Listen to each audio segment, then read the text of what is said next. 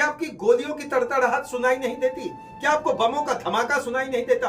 क्या आपको ग्रामीणों की वो कराहट नहीं सुनाई देती?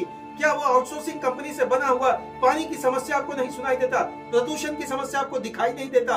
या बिल्कुल आप धृतराष्ट्र जैसा आंख में पट्टी बांधकर श्रीमान सामने सब कुछ होता देखकर भी बिल्कुल चुप रहना चाहते?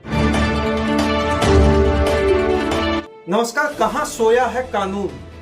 कोयलांचल क्राइम फाइल श्रीमान इतने तरीके से फाइलों में बढ़ता जा रहा है कि कोई देखने वाला नहीं। वर्तमान में झारखंड में जेएमएम की सरकार से एक सवाल, इससे पहले कि इस एपिसोड को स्टार्ट करें श्रीमान, मुझे यह जानना है कि झारखंड में जो कोयलांचल के अंतर्गत आउटसोर्सिंग कंपनियां चल रही है या जिस दबंगों के द्वारा चलाया जा रहा, यूं कहें सीधी भाषा में कि आम जनता को मिलेगा कुटाई या पिटाई और उन्हें मिलेगा श्रीमान मोटी रकम की बड़ी बड़ी रजाई। श्रीमान मैं उमेश वेव टीवी के पेज में श्रीमान खेल कुर्सी में नहीं, आज आपको खेल आउटसोर्सिंग में स्वागत करता हूं। श्रीमान जिस तरीके से कोयलांचल में किसी एक आउटसोर्सिंग का आज नाम नहीं लेने जा रहा हूं, जिस तरीके से कुछ दिन पहले आपने देखा था डीएसपी साहब पर हमला हुआ था, कहां फुलादीटाड़ के आसपास में, अभी इसी तरह का मामला देवप्रभा आउटसोर्सिंग में देखने को मिला। मैं किसी एक का नहीं, मैं तमाम आउटसोर्सिंग के जो भी संचालक है उनसे मैं यही जानना चाहता हूं श्रीमान कि आप जो आउटसोर्सिंग कंपनियां चला रहे हैं इसके पीछे का क्या सिस्टम है?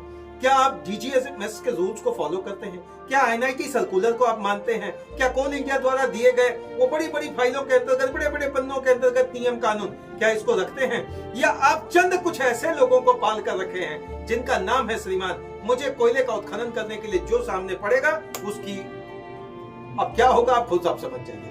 यह आउटसोर्सिंग कंपनी जब से आया कोयलांचल के अंदर, भीतर खाने तो जो गर्मी था अभी ऊपर खाने दिखने लगा श्रीमान। तो जाहिर सी बात है पैसे की गर्मी है, पैसे की गर्मी से श्रीमान बहुत कम ही लोग बच पाते हैं, कोयले की कारिक से बहुत कम ही लोग बच पाते हैं। अब ये काजल जिस तरीके से कोठरी का है ना श्रीमान, अब इस कोठरी के अंतर्गत बड़ा दबंगई बढ़ता जा रहा, कभी पत्रकारों पर हमला, कभी डीएसपी साहब पर हमला, कभी ग्रामीण पर हमला, बमबारी तो आम बात है। अब वो एक्सप्लोसिव एक्ट कोई लोग तो माथा पे ताक पे रख के घूमते हैं, बंदूक राइफल ये सब चीजों की तो बात ही हटा दीजिए।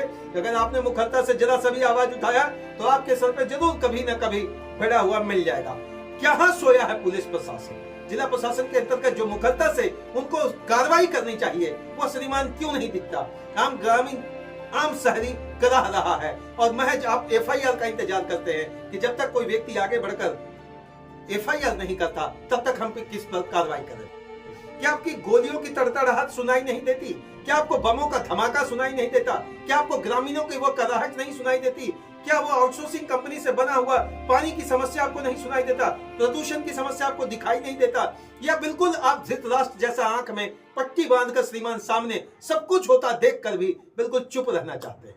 आउटसोर्सिंग कंपनी आने से सोचा गया था विकास होगा, को एक आध किलोमीटर नीचे जाकर कोयला निकालना एक बड़ी चुनौती थी। अब तो श्रीमान पूरा गांव का गांव उजाड़ दिया गया, न खेती बचा, न जल बचा, न पेड़ बचा, न जंतु बचा, न विकास बचा। अब इसको अगर विकास बोल रहे हैं तो आम आदमी का विकास का कहां? जो ठेला और रेवड़ी लगाकर पेट रोजी रोटी पालता था जिन जगहों पर, उन जगहों पर आपने 5-5, 10-10 किलोमीटर का गड्ढा बना दिया। चलिए बहुत बढ़िया विकास आपने किया और विकास की परिपाटी में आपके साथ बहुत सारे विधायक, बहुत सारे सांसद, बहुत सारे आपके कर्मचारी लगे हुए हैं आपके समर्थन में, लेकिन जो नहीं लगा हुआ है आपके भीतर खाने का वह है नियम। कहां सोया भारतीय संविधान का वह पन्ना? मुझे तो जरा सोचते वक्त इस बात का दिमाग में जब इल्म आता है तो मैं यही सोचता हूं श्रीमान, वह खाकी वर्दी का रौब, वह खाकी वर्दी का डर, वह खाकी वर्दी की आन, वह खाकी वर्दी की शान जिसके नाम से ही कांपते थे अपराधी, आज मुंह पे पट्टा बांधकर, हाथों में लाठियां लेकर, डंडे लेकर, हॉकी स्टिक लेकर और नहीं तो बंदूक लेकर, राइफल लेकर ग्रामीणों को खदेड़ते हैं, चुनौती देते हैं सामने। श्रीमान अगर ये सारी चीजें हो रही है तो मैं तो यही की कहूंगा श्रीमान, खेल कुर्सी का नहीं, खेल पैसे का है। खेल पैसे का इस तरीके से अगर खेला जा रहा हो तो वह ग्रामीण जिसने आपको रैयत रूपी भाव से अपनी जमीन को लैंड एक्विजिशन रूल्स में दिया था, क्या उनके लिए कुछ मायने नहीं रखता? मातृभूमि, मातृभाषा और माँ, ये सारी चीजें मिट गई। क्या भारतीय संविधान का सारा पन्ना आपके लिए खोखला कोरा कागज है? आप जब चाहे खून से लिख ले, जब चाहे हमला से लिख ले, जब चाहे जिस भाव से आप लिख ले, क्योंकि आप बलवान हैं, आप बलिष्ठ हैं, आप पैसेवान हैं, आप रूपवान हैं, आप गुणवान हैं, आप दबंग हैं श्रीमान, आप कुछ भी हो, चाहे कमा लो जितने हीरे मोती, पर याद रखो श्रीमान कफन में जेब नहीं होती। आउटसोर्सिंग कंपनियों में मचा है बवाल, मचा रहे हैं कोहराम और बिल्कुल मौन पड़ा हुआ है। कहां वो विभाग जिसके नाम से रूह कांपता था क्रिमिनल्स का? जिसके नाम से रूह कांपता था, वैसे लोगों को जिनको लगता था कि कोई अपराध करना है। आज आउटसोर्सिंग सबसे बड़ा अपराध का अड्डा है। उसने क्या दिया क्या नहीं दिया यह किसी से छुपा नहीं है। बस एक चीज मैं जानना चाहूंगा, जिला प्रशासन एक बार दिखाए वो फिल्मों वाला सिंघम का स्टाइल, ताकि ये पता चले कि आम जनता का रक्षा करना, आम जनता आप पर कितना भरोसा करता है और इसी भरोसे के साथ वो आवाज उठाने को आगे बढ़ता है।